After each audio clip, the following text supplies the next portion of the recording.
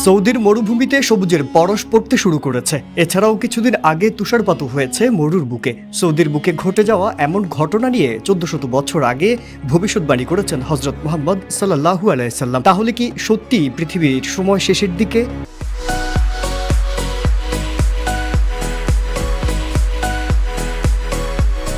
সম্প্রতি দেখা গেছে সৌদির বিশাল বালুকাময় মরুর বুকে সবুজের আবরণ পড়তে শুরু করেছে। সবুজে ছেয়ে যাচ্ছে আরবের মরুভূমি। বিশাল মরুভূমির বেশ কিছু অংশ সবুজ হতে শুরু করেছে।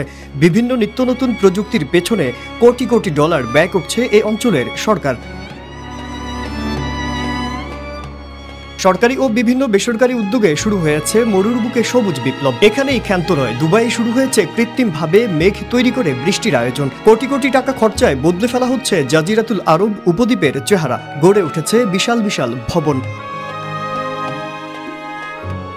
আজ থেকে প্রায় 1400 বছর আগে মহানবী সাল্লাল্লাহু আলাইহি সাল্লাম এমন পরিস্থিতির কথা উল্লেখ করেছেন। ততক্ষণ পর্যন্ত কিয়ামত সংঘটিত হবে না যতক্ষণ না সম্পদের প্রাচুর্য এত বেশি হবে কেউ যাকাত দিতে চাইবে কিন্তু তা গ্রহণ করার মতো কাউকে খুঁজে পাওয়া যাবে না। আর আরব অঞ্চল ভরে উঠবে সবুজ অরণ্যে ও নদীতে।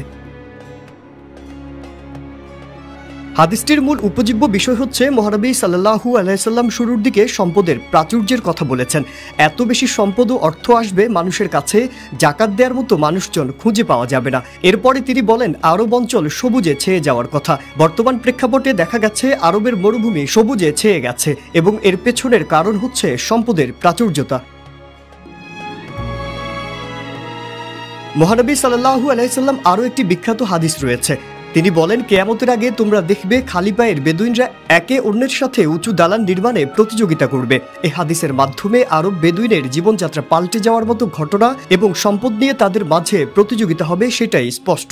তাদের মাঝে প্রতিযোগিতা এখন কে কত বড় দালান তৈরি করতে পারবে। তার মানে গেল শতাব্দীর শুরুতেও যারা অন্য রাষ্ট্রের পানে তাকিয়ে থাকতো তাদের এখন সম্পদের পাহাড় হয়েছে। সম্পদ এত বেড়েছে ফলে তাদের মাঝে তা নিয়ে প্রতিযোগিতা চলছে।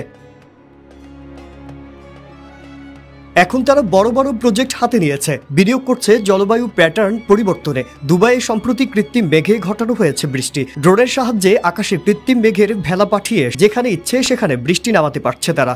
এর ফলেই বদলে যেতে শুরু করেছে আরব অঞ্চলের চেহারা। একসময় যেখানে উত্তপ্ত বালু ছাড়া কিছুই ছিল না সেখানেই এখন সবুজের চাদরে ঢেকে যাচ্ছে। যদিও বৃষ্টিপাত কম থাকলেও বর্তমানে নিয়মিত তুষারপাত এবং বৃষ্টি হওয়া নতুন কিছু নয়। তবে কি আরব অঞ্চলের এমন পরিবর্তন পৃথিবীর ধ্বংসের বা কিয়ামতের ইঙ্গিত দিচ্ছে? মাজহারুল আলম, ইত্তেফাক।